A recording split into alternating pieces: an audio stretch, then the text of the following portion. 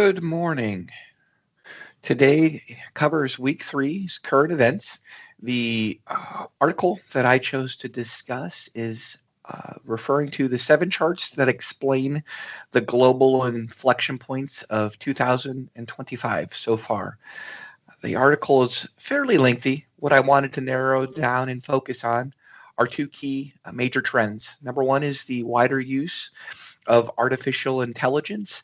And in addition to the use of AI and machine learning, the shift to renewable energy, and really deeper than that, the vast amount of energy that the new data centers use and will continue to use going forward in the future.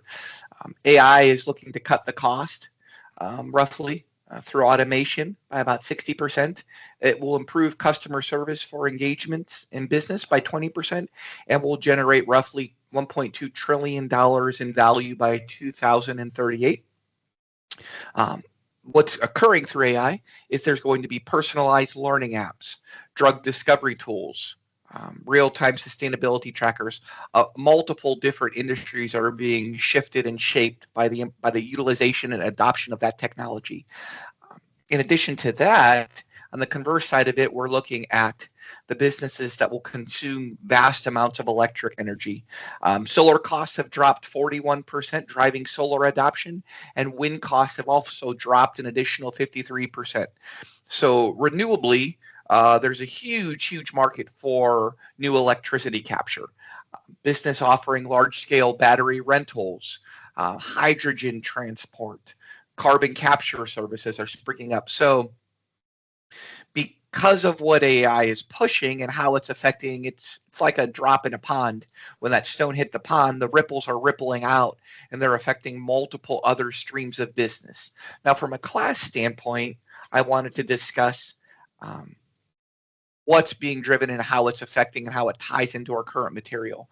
So AI integration, plunging renewable labor costs, market disruption, social inequalities, all of these are a reflection of broader macroeconomic trends in trade policy, productivity gains, energy transition, and demographic changes. In addition, this is causing a systemic disruption to supply chain, cost structure, workforce dynamics, value creation model, all looking basically and pushing forward the need to proactively reskill, to be strategically aligned going forward, and to have very agile leadership who can critically plan and capitalize on all of the different emerging opportunities that are coming. So business leaders now more than ever need to proactively strategize. They need to prepare for continual rapid disruption and an acceleration to that disruption. And they need to be prepared for not hiding from the change, but to embrace the change.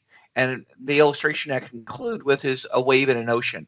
When a tsunami causes a wave, those waves start deep, and as they rise towards shore, they become larger and larger. And that is how AI has become. It started deep, and it's rising and accelerating towards the shore of our businesses.